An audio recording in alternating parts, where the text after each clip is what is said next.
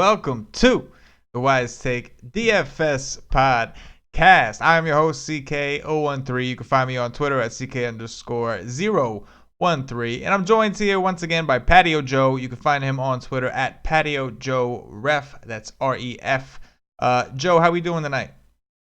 Doing well, doing well.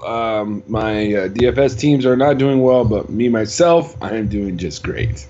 Yeah, man. Well, you know what? That's the most important thing is that you're doing well. As far as the DFS slates, you're definitely not alone, man. I know that I played extremely light, and it's literally 2 or 3 lineups, and I'm talking like maybe a total of $20 on the day. I did not like either one of these slates, and I know you didn't either. I know we were talking over in the WiseTake chat, and I know that you weren't really digging it. And I mean, the late slate. They were both bad, but in my opinion, the late slate was even worse than the early slate. What do you think? Yeah, you know what's funny is I just don't think anything that we thought was going to go right went right. Everything went the total opposite. You know, you had Sabathia pitched great. You had Wade Miley, which was a topic of conversation. Yeah. He pitched great. You know, so you had all these. You know, Greinke did good. He got the win, but Estrada, garbage. I will never play him again. He's on my hit list. I swear to God.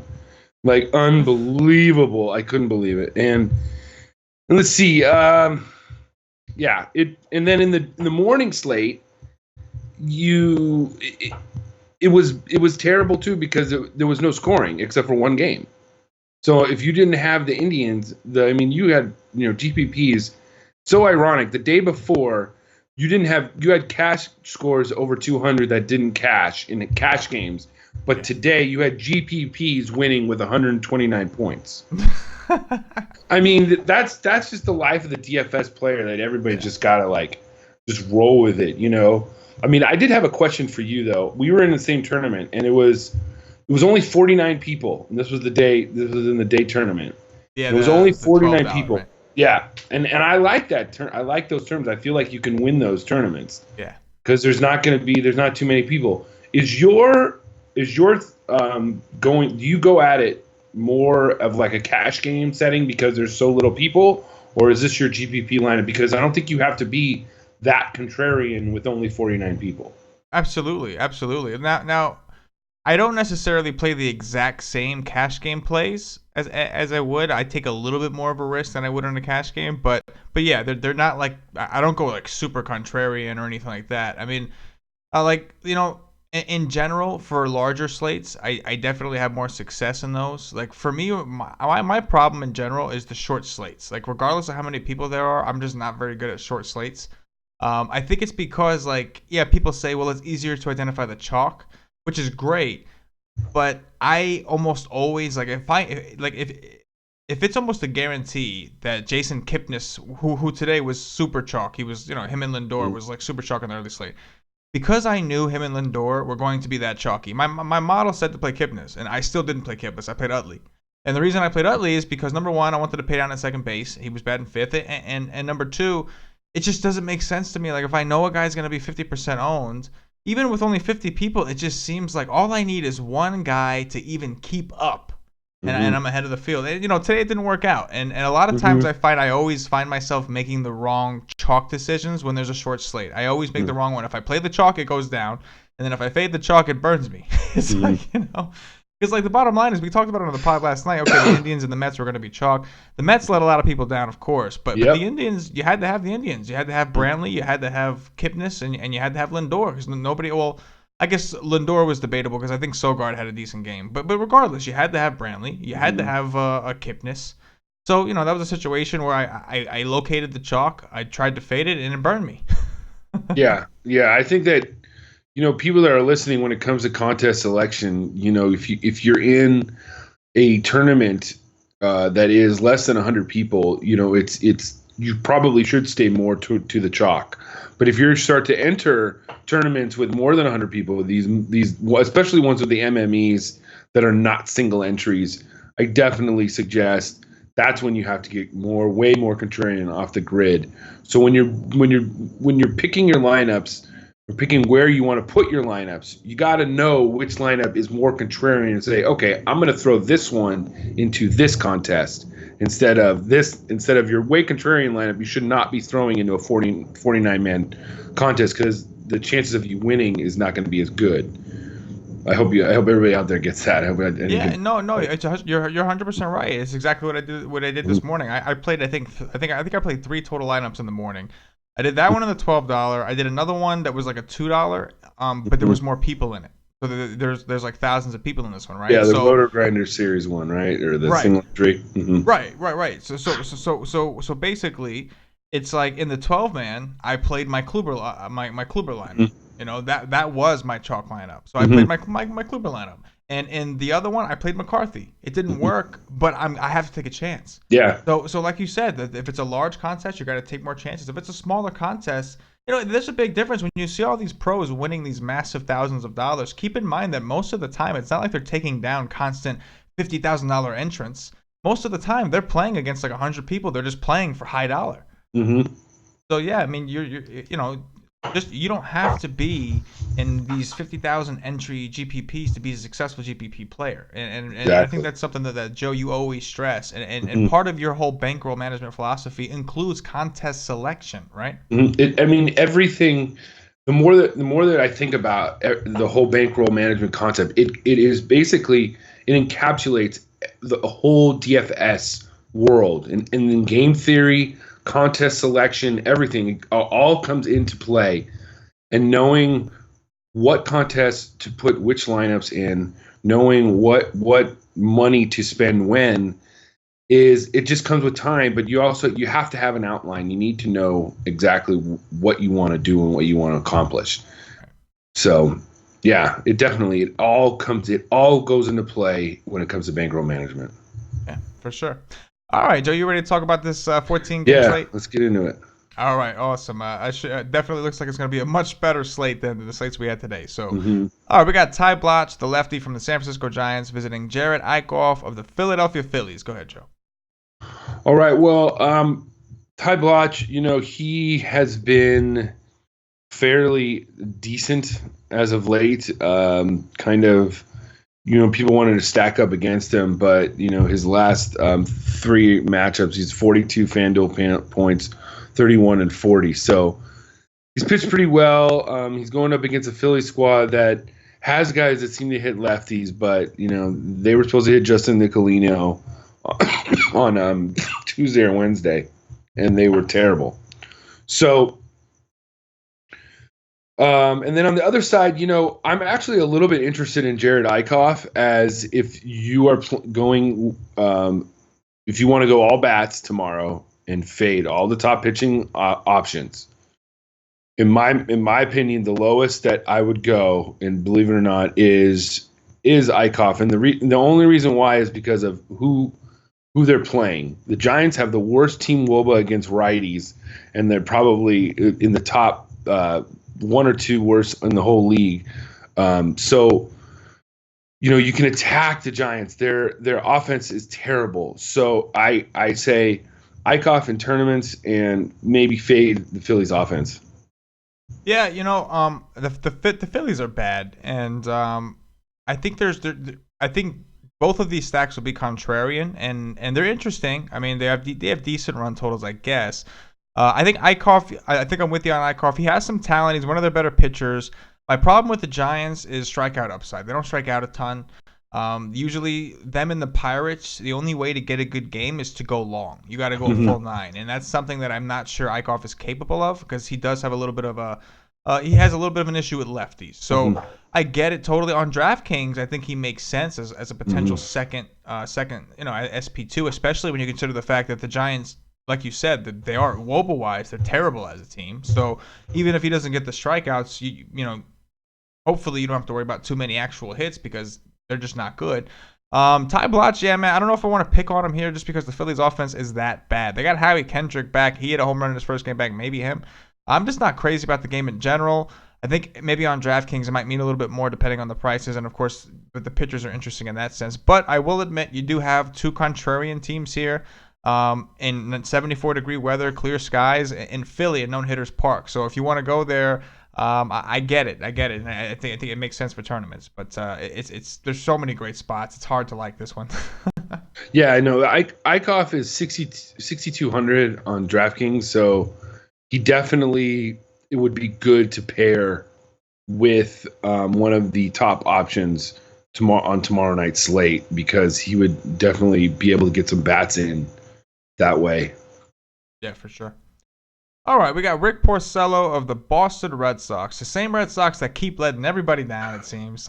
Visiting Alec Asher of Fuego's Baltimore Orioles. Go ahead, Joe. Yeah, this game, the Orioles are so.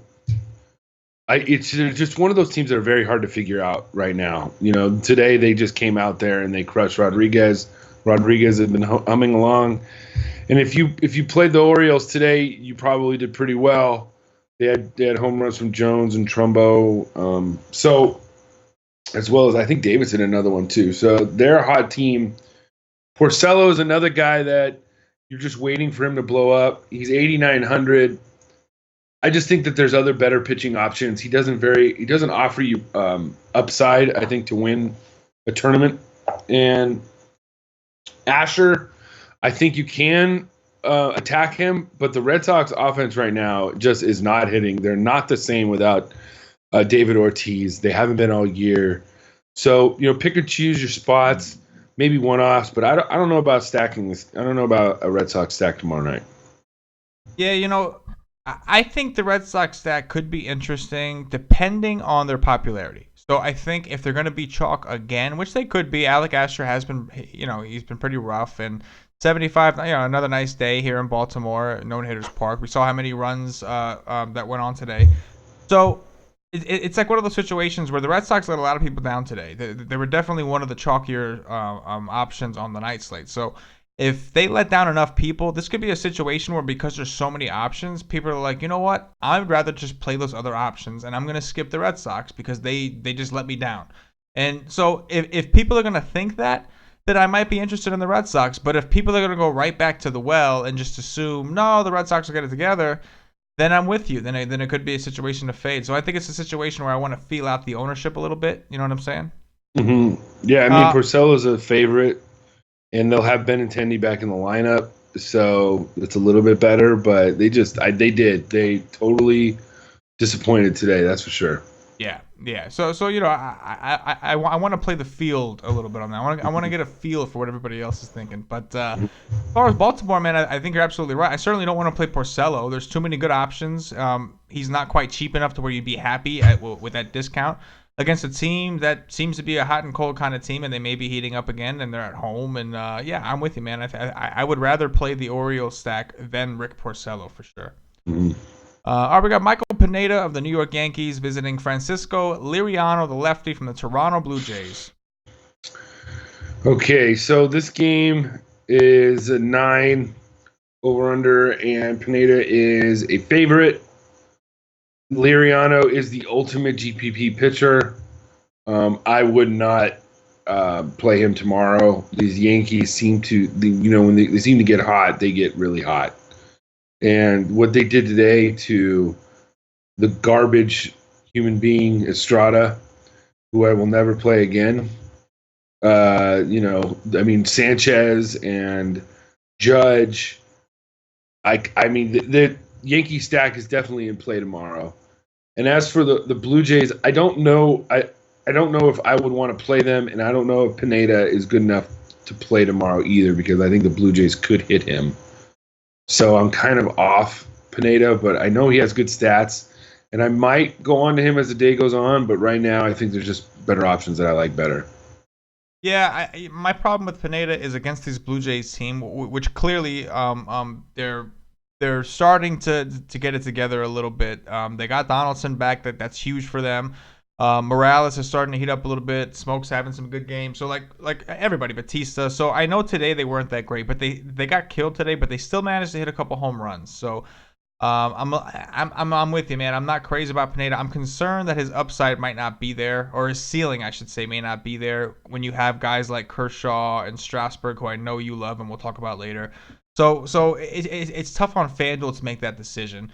On DraftKings, I see the merit. I don't know how much he is on DraftKings. Do you have any idea how much he is on DraftKings? Because Yeah, hold on. He's 8,600. okay, he's only $100 more than he is on FanDuel. So that might be tough to swing for people as an SP2 on this kind of slate. But depending on the bats, if you can find the cheap bats, then yeah, Pineda as an SP2, that sounds nice. I just like from a FanDuel perspective, I just can't see him as an SP1. I don't think his ceiling is there in this particular matchup, of course. Liriano, like you said, he's the ultimate GPP pitcher. Now, I will say at least he's cheap, 7-1. The Yankees do strike out. The problem is, like you said, they're just way too hot right now. Well, when they get hot, they're just you don't want to go against them, and they seem like they're kind of going right back into one of those little hot streaks. So yeah, I'm with you, man. I got no interest in Liriano either, and I think the Yankees are certainly in play again. All right, we got Garrett Cole of the Pittsburgh Pirates visiting Matt Harvey of my New York Mets. Go ahead, Joe. Well, the Mets are part of the 3 or 4 teams that let us all down. And, when I was writing this up and I was looking at it, and I'm just saying to myself, I'm like, well, there's no way that they're going to be able to hit Garrett Cole tomorrow, right?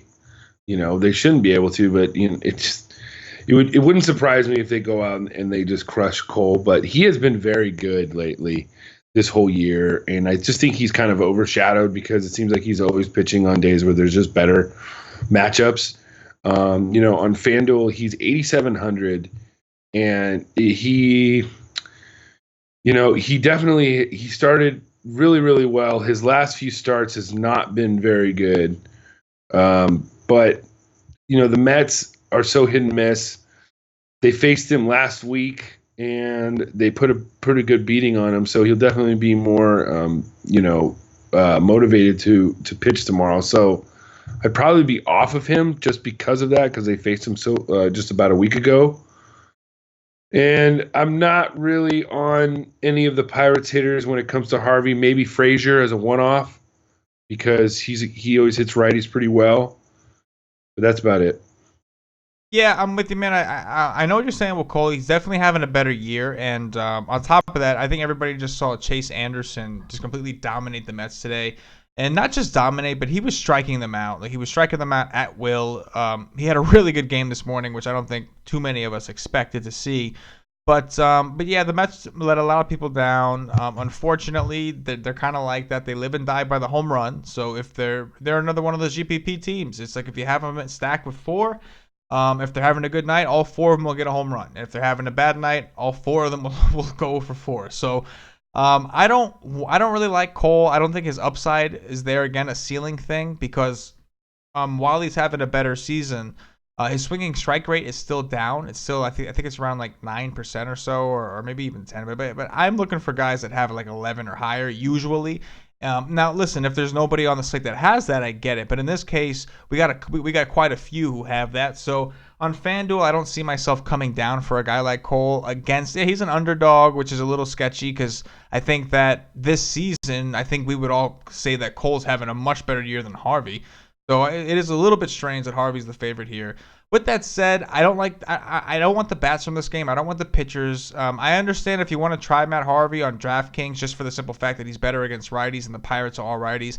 I wouldn't go there, but if you want to try it, I certainly get it. I'm not going to get mad about it. And even the hitters, man, there's not much I want here. I mean, if you want to take a first baseman, dude has been pretty hot for the most part. Josh Bell, I think, is interesting. If you're looking for cheap first baseman on FanDuel to help you afford some of those lead options. So, But in general, I'm just not crazy about the game either. I'm with you. Yeah, I mean, let me ask you this: Cole is 7,800 on DraftKings. Oh, is he 78? Yeah, is he more tempting to you than Pineda, who's 86? Ooh. Kind of. Just because, I think that Pineda obviously has. Oh man, that's a tough one, man. Mm-hmm. Cole is so much. Cole is. And then there's another one that I'm going to throw one right in the middle of those two. That's really going to throw a wrench in once we get to that game. So oh god, that's a tough one, man. That's a real tough question right there. All right, we got Patrick Corbin, the lefty from the Arizona Diamondbacks, visiting Jose Urena of the Miami Marlins. Go ahead, Joe. Okay, so the headline today was "Don't play Greinke," because one of the hottest teams right now in the majors is the Miami Marlins. So today or Friday, it's going to be Friday, he's facing the Patrick Corbin. Now, the Marlins are number 4 in the major leagues on Team WOBA against lefties, and they're very hot right now. So they got guys like Stanton, Boer, Real Muto, and Ozuna that all crush lefties and have great WOBA against them. So I like the stack of the Marlins tomorrow, and I think the public will be on them too. I think it's pretty easy to find that the public will be on them. And as for the other side, I'm not. Urena is nobody special. You can always stack the D-backs. Lamb will be up again, up in the order again. He was batting 7th. Now he's 1st. Now he'll be back up to 4th. The lineup will be a little bit different. So if you want to stack this game, I definitely like it. And if you want to go one-offs, especially for cash games, Blanco's always great because he's like 2,300. That's what I love. So I like this game.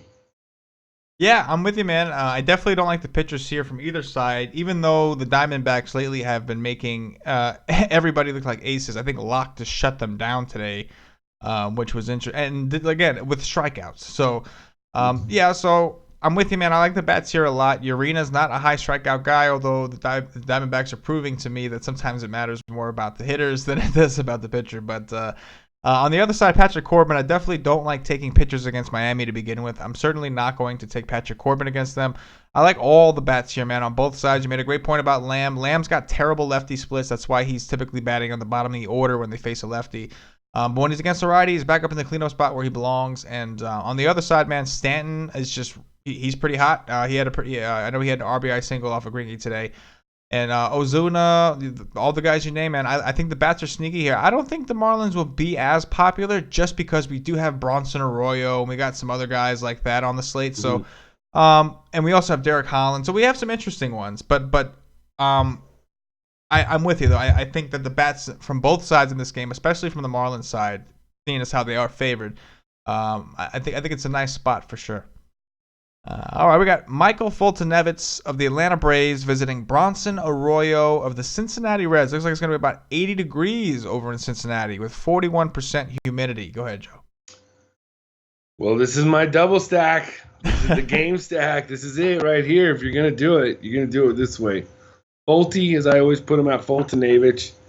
Believe it or not, he's actually been okay on the road, but I like the Reds at home. Especially, you could do the good stack with Hamilton and Votto and Schebler. They're all playing well right now. Duvall, love them. And then on the other side, you got guys like Matt Kemp, who has good BVP against Arroyo.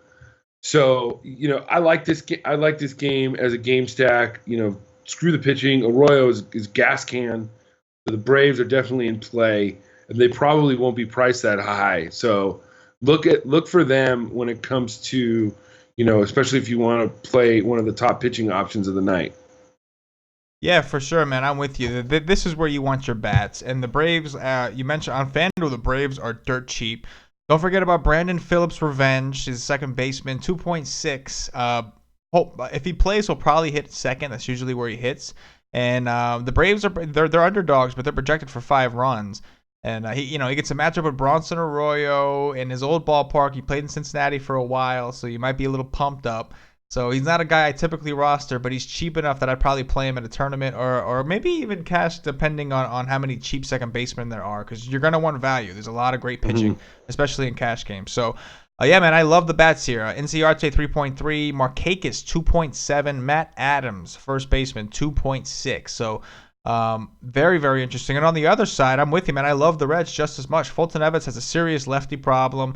The guys you mentioned, Cozart and Duvall, are mashing lefties and righties right now. Duvall more so righties, but Cozart's just hitting well. I like Cozart a lot. I was waiting for him to kind of turn it around. I love the entire Reds team here.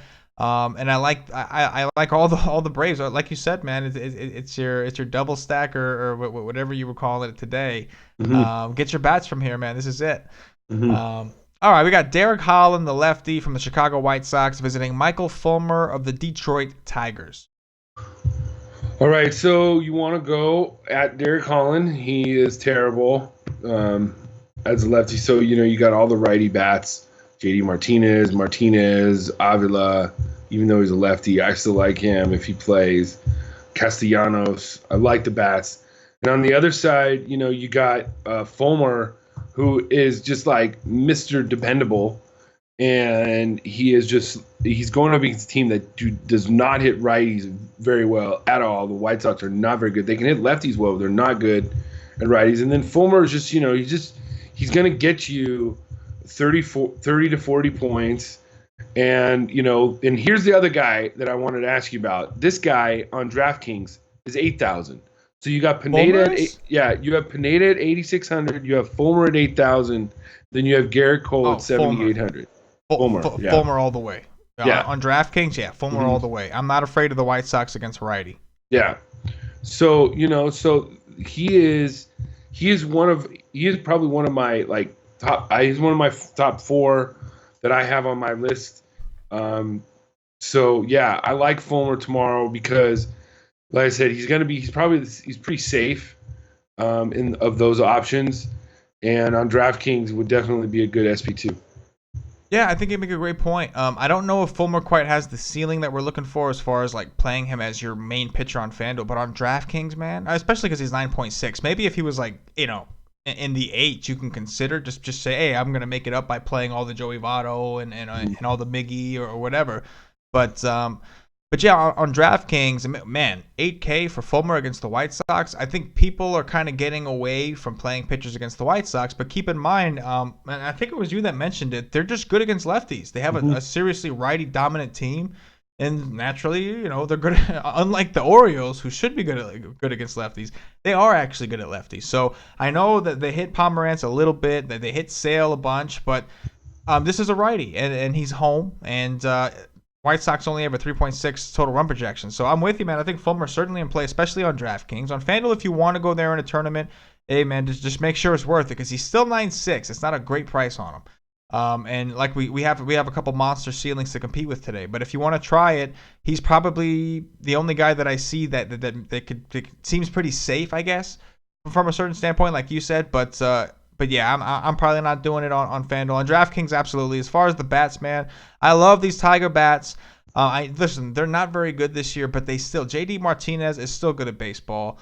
Justin Upton is still good against lefties. Miggy he's still a great hitter. Castellanos is eventually going to turn this around, and he's only 2.6 now. Eventually, this guy, he used to hit lefties pretty good. Eventually, he's going to start. So I think the Tigers are very, very interesting. And as much as I would think that they would be chalk, after coming off of that Reds and Braves game, they very well could go a little overlooked. Now, I don't think JD Martinez is going to go overlooked. I think Martinez will get his due because everybody respects the fact that he's good. But I feel like, Miggy, Castellanos especially, I feel like these guys may not get all that much play, and that could be a mistake. I think they're interesting. Yeah, the White Sox team WOBA against right-handed pitchers is 29th in the league. So they're right above the Giants. So attack those hitters. And here's the only thing is that that you just hope that Fulmer can get you 6 innings and get you the QS because you worry once he comes out of the game because the Tigers bullpen is garbage. Yeah. That is a great point. So that is just one thing. It's the only really thing that worries me on that. So as long as he gets the QS, I think he'd be okay. Yeah, no, that's a great point. You want to make sure because even though he's a big favorite, you never know if he's going to get the win because their bullpen is atrocious. Mm-hmm. All right, we got Dallas Keuchel, the lefty from the Houston Astros, visiting Yu Darvish of the Texas Rangers. Looks like it's going to be about 81 degrees, but it looks like about 59% chance of some precipitation over here. Okay, well, Keuchel is a GPP play for me. The Rangers against lefties are at the bottom of the league as it comes to Team WOBA, and so you can attack them. They have, they have a lot of lefty hitters. Odor and Mazzara kind of render them. They're not very good. The Rangers are 24th in the league in Team WOBA, so against lefties. So I like Keuchel. And on the other side, I just don't think Darvish the Astros are too hot right now to play Darvish, but yet I think that Darvish is too good to really play the Astros. Yeah, I think that makes it makes a lot of sense. You're right. I don't want to play Darvish because the Astros are not striking out this year, and they are dangerous. And at the same time, you're right. I don't want to play. I don't want to play the Astros against Darvish because Darvish is good enough to where I don't want to pick on him. There's too many good spots. This game, with the exception of maybe Keuchel, like you said, Keuchel as a GPP sleeper I get because I think he does have a decent ceiling. He may not be as consistent or as safe as some of the guys we'll talk about coming up like Kershaw, etc. But I certainly think that as far as ceiling, I think he can get up there. He's proven to us that he can. And Texas is striking out at a ridiculous rate this year. They are striking out a ton. And as you mentioned, they're not very good against lefties this year. And their lineup completely changes. Now you're talking about Ryan Rua, Pete Kozma potentially, and Lucroy's having a huge downgrade of a year than when he went over there last year. And Mazar and Odor are a big part of their lineup. So if you take them out by pitching a good lefty, not just a lefty, but a good lefty, that's going to do some damage to the lineup. So yeah, I think Keuchel GPPs only, but I certainly, listen, if you want to try it, I don't blame you. Just be careful with that weather. You don't want to get caught up in a delay and have him pulled. That would not be good. Yeah, the Rangers' strikeout percentage against lefties is 25.4%. So they strike out a lot. They're fourth worst. Absolutely. All right, here we go. We got Clayton Kershaw, the lefty from the Los Angeles Dodgers, visiting Jimmy Nelson and the Milwaukee Brewers. Okay, well, this is Kershaw is Kershaw's my boy, and he has not been pitching as well. I think everybody's seen it. The Cubs got shut out 2 games before, and then Kershaw gave up 4 runs against them. I mean, that's just one outing. But people have been noticing that he just isn't the same as he's been the last few years. And 12-4 is kind of a lot to spend. The thing is that Brewers strike out against lefties just as much as the Rangers do, and Kershaw, can always put up the 10 strikeouts. And the funny thing is, he's only struck out 10 twice this year, so he hasn't even had a 60-point effort this whole season. So, I'm probably going to play Kershaw and have shares of him, but the Rangers, they strike out a lot, but they also hit lefties pretty damn well too. Their team WOBA is pretty good. So it's just weird, I think that he's good to play, but don't be expecting, a huge. I think 60 or 70 points. I think he might get the win. He might get you 6-7 innings, but I don't see a classic Kershaw performance. It's funny, man, because you're right. We haven't really seen the ceiling from Kershaw. Something seems off. And like you were mentioning that his curveball or something is not working right. I looked into the stats. It looks like all of his pitches are kind of getting hit pretty well. They're just not Kershaw numbers. When you look at his actual, like, how his pitches are on paper, like, something doesn't look right. So, listen, we saw what the Brewers did in Citi Field to DeGrom. And that wasn't the only time. Like, listen, the first time they played DeGrom, they tatted him up. That's a righty. And he's very good against righties, and they're a right-handed dominant team. Now they get a lefty. They have a ton of righties. The Brewers are getting that Kershaw discount on FanDuel, 1.7, 1.6, like super cheap pricing again. And Kershaw hasn't, like you said, he hasn't really proven us that he's like capable of well, not capable. We obviously know he's capable, but he hasn't shown us that ceiling yet that we're waiting for.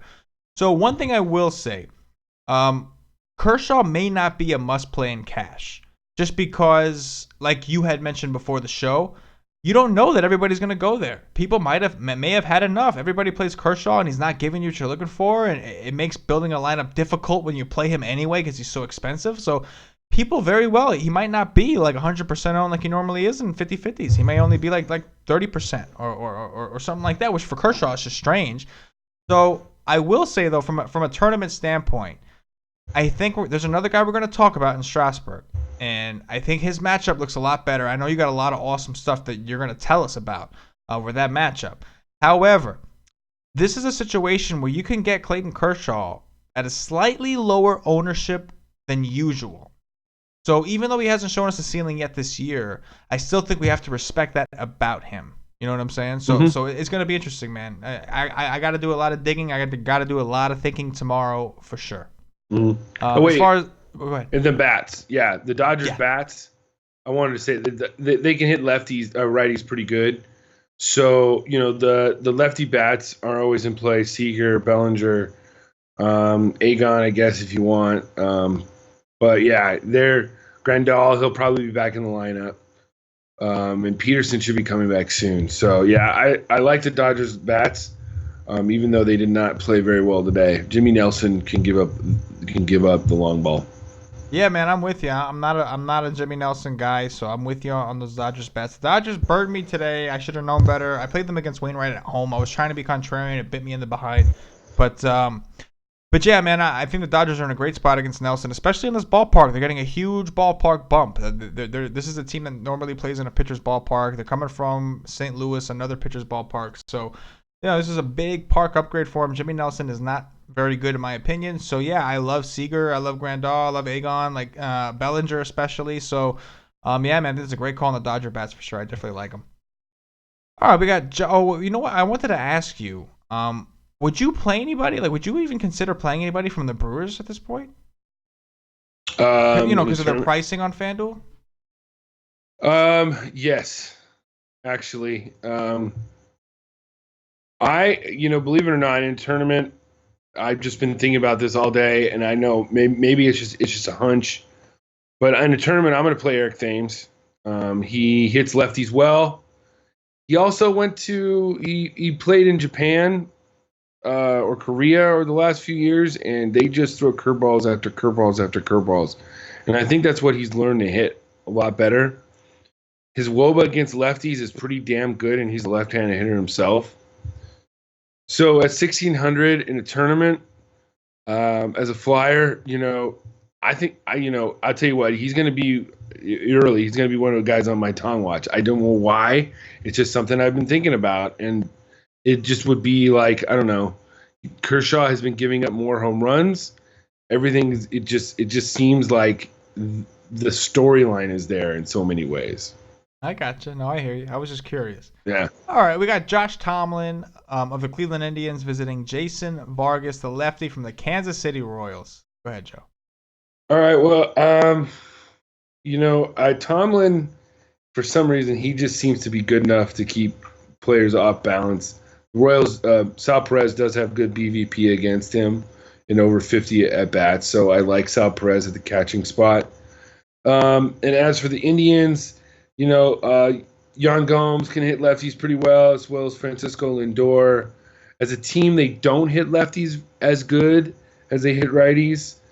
So I think I'm pretty much off of this game. There's nothing that really, really excites me. Maybe if I see the prices for salary relief and my cash lineups in some lineup and some position I want to pay down at, yes, then maybe I'll look at it. But right now, maybe Perez is the only guy I'll look at.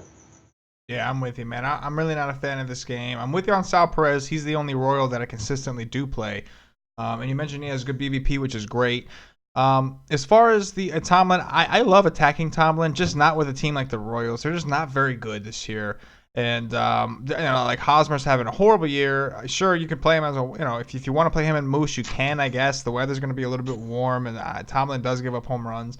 On the other side, the Indians are interesting because Vargas he's having a great year, and the Indians have typically most of the season struggled against lefties. However, the last time they faced a lefty, they completely bombed them. They just destroyed them. So I don't know if they're making a point of it or they figured something out against them, but I don't like anything from this game. I'm with you. I really don't. I think the Indians, if you want to take a shot, okay, I get it, but there's other good spots. I don't think anybody really has to go there. I'm not crazy about the game in general, but I'm with you though. I think Perez is a pretty good play though.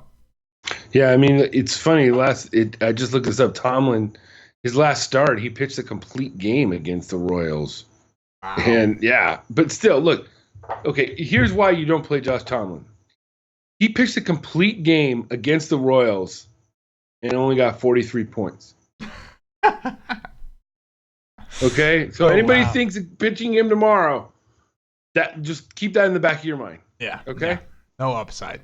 No, none. That is his ceiling right there. Yeah, that's the ceiling, 43. All right, here we go, Joe. Now this is what I've been waiting. I wanted to hear you talk about this because I know you're big on Strauss today. So we got Steven Strasburg of the Washington Nationals visiting Andrew Triggs of the Oakland Athletics.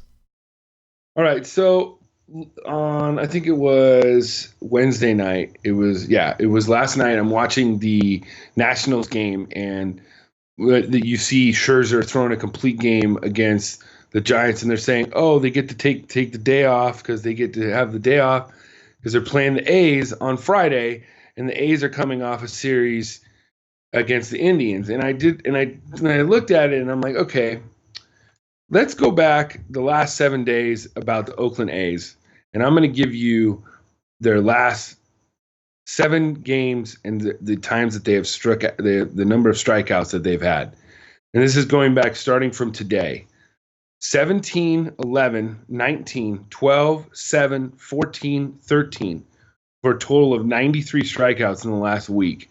That's 13 times per game. So you combine that with a pitcher of a strikeout percentage of 27.3 with a 9.89 K per nine. You throw that in there, and I just see a guy that has potential of 60, 70 points of beating Kershaw, and he's a little bit less. He's about $1,000 less. And I've never really been like a huge Strasburg guy. I just feel like everything's kind of meeting at the right moment. You know, you're attacking a team that at the moment is not hitting the ball. It's not that there's other teams that don't strike out more over the season, but right now, nobody has struck out 93 times in the last 7 days. I would be shocked if there was another team like that. So I love Strasburg tomorrow in cash and tournaments. More so in tournaments, but if you want to throw in cash, which I might, I think that he's got a good shot at getting the win too, because Triggs doesn't scare me, and the Nationals offense, even without Harper, I think will be fine to win tomorrow. Yeah, man, I think that was a lot of great points that you made. Strauss is obviously a top elite option. I mean, his game logs over his last 2 games: 60 points against Atlanta, 76 against the Padres. He had 15 strikeouts, 1 walk, 3 hits through 7 innings. That's just unbelievable. And we saw what Kluber did in 77 pitches. I think Kluber got like 10 strikeouts in like 70 something pitches, or maybe it was 80 something. I think it was like 77. But I mean, you're right, man. The A's are they're horrible. They are the worst team offensively by far. Even with Chris Davis, even with Mr. Longchenko, Yonder Alonso, just as a team, they're just not good on any aspect. Watching their game against Cleveland today was like watching paint dry. It was bad. So, yeah, man, it's hard not to like Strauss. I mean, I think that Strauss, to me, like the good thing about this slate, I haven't really made up my decision as to which one of these guys I'll go with and cash. It'll probably be Kershaw. I'm gonna be honest. It'll probably be Kershaw just because I just have I just can't stomach not playing him in cash. But I will say that in tournaments, there's just 2 pitchers for me. It's Strasburg, it's Kershaw, and on FanDuel, and that's it. The only way that I think you even have to look at anybody else is if you're playing on DraftKings. That's the only reason you would have to look into others. And I think Fulmer, like we mentioned, Fulmer is interesting there. So I'm with you, man. I think Strasburg's in a great spot. Here's a question for you, and I think I know your answer, but I just want to ask you anyway. Like, you hear a lot of people. You know how sometimes people will like analyze every little thing, and one of the things that they analyze is that the Oakland Athletic Stadium, the dimensions of their foul territory, they have a huge foul ball territory. So there's a big debate over whether that stadium actually takes away strikeouts from pitchers, because in situations where maybe the ball would have gone out of play and now we can get a strikeout, it stays in play and the guy's able to get the out, and then that's it. The pitcher doesn't get the strikeout. You have any thoughts about that? I mean, I guess there could be something that I just don't know if there's really a way to really quantify that or see if it's really something that you could. I guess it could be. It's possible that could happen. The thing also that I question is will the public know how bad Oakland has been in the past week? Because the past 4 days they've been playing in slates that people wouldn't play because it was a 3 o'clock game, and they forget it. So when it's not on the slate, people don't research it.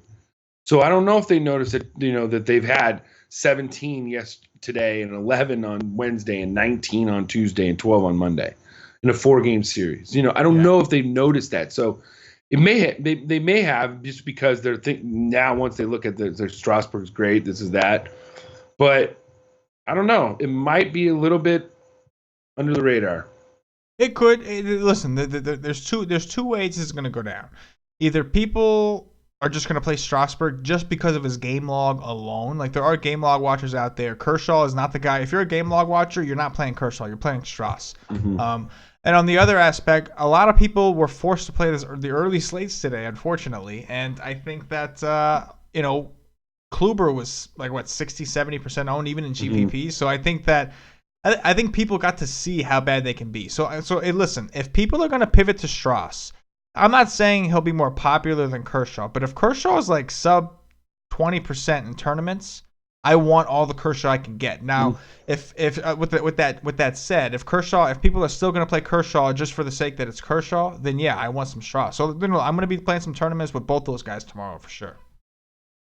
Yeah.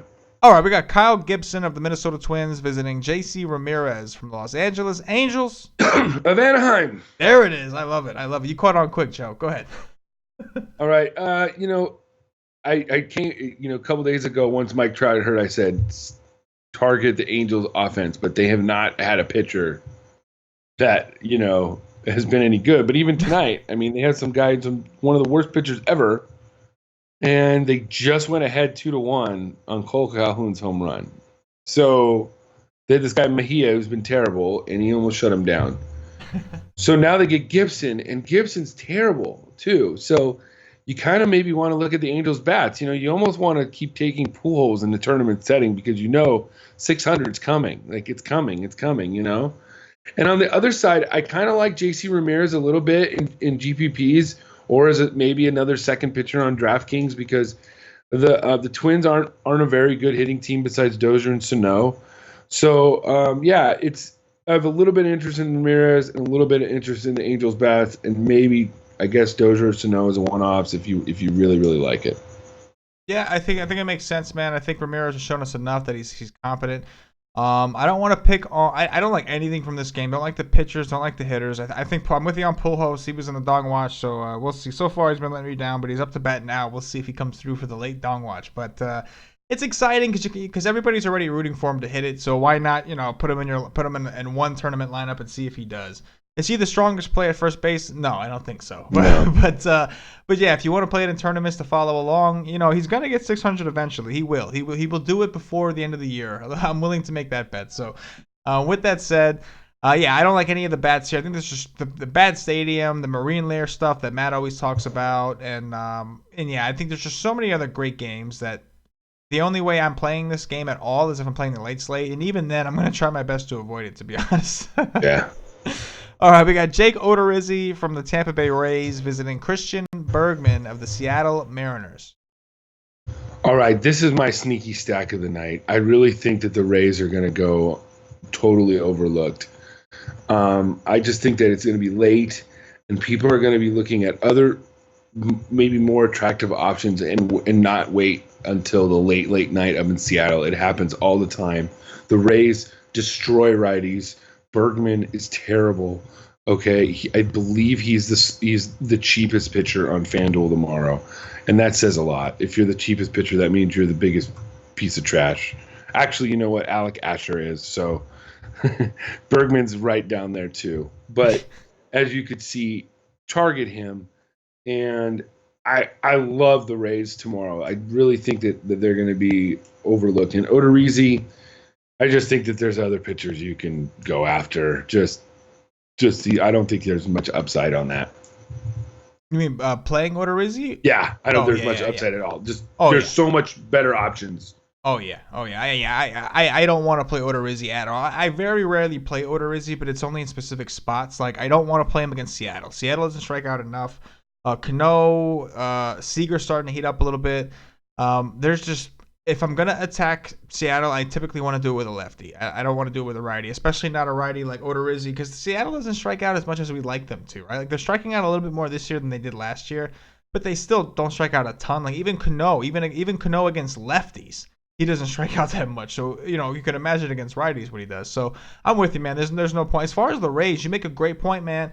I'm gonna admit I wasn't really looking at the Rays, and when you mentioned it, I'm like, the Rays have been red hot. They're mashing righties. Christian Bergman is terrible, and people are gonna overlook this, one because it's a later game, and two because it's in Seattle. So yeah, I think you're right. People are gonna just kind of completely overlook. Now, see, if we look at this, my only concern is if we look at this if we break it down to like the late slate perspective, right? We look at it that way, then that would make you believe that one of these teams is going to be chalky.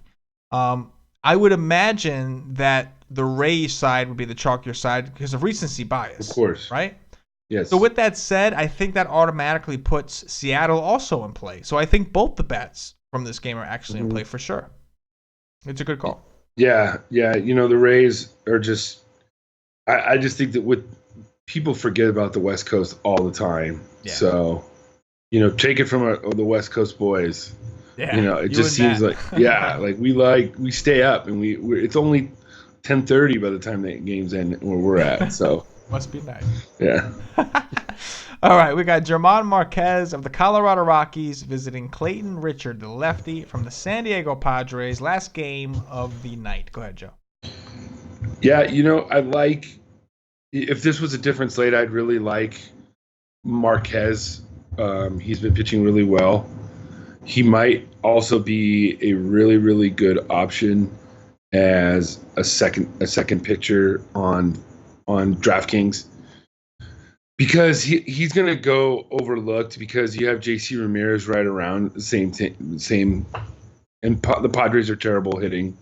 So I like Marquez. I just don't know if he has the upside on FanDuel to win you a GPP. And on the other side, the Rockies can hit lefties pretty well, but Clayton Richard can throw the good outing here and there. So I don't know, unless just one-offs, maybe, obviously Arenado, you can always play him against a lefty, but that's about it. Yeah, man, I really don't want much from this game. Like you nailed it. German's okay. Yeah, I love the matchup with the Padres, but it's just why? I mean, you have two guys where at least one of them is a mortal lock to dominate the slate tomorrow. So why would you even want to risk it with a German Marquez against the Padres? I'm with you, man. All right, man, you ready to play some dog watch? Let's do it. All right, Joe, you go ahead. First pick. All right, well, I'm gonna do it. Eric Thames. There he is. Man of his word. Eric Thames.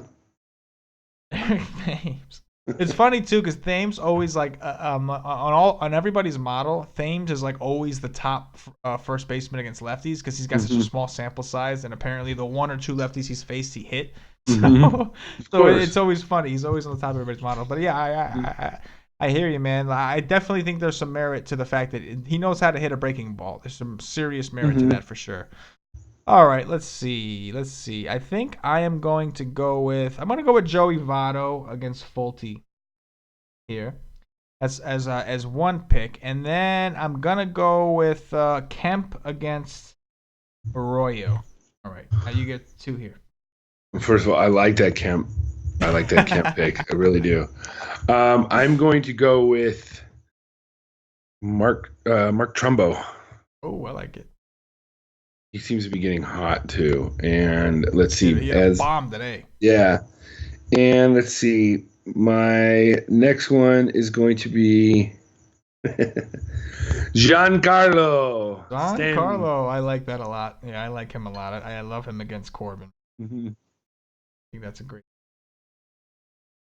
All right, and I am going to go with. I'm going to go with Lamb here because he's been hot enough. He's had a couple games out of his element. I know the D-backs have been bad, but I'm expecting Lamb to kind of step it up a little bit there against Urena.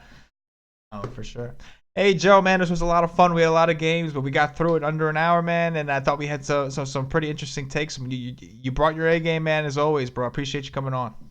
Thanks a lot. I appreciate it. And, tomorrow, everybody, just enjoy it. There's some really good options. There's some really good games to sink your teeth in.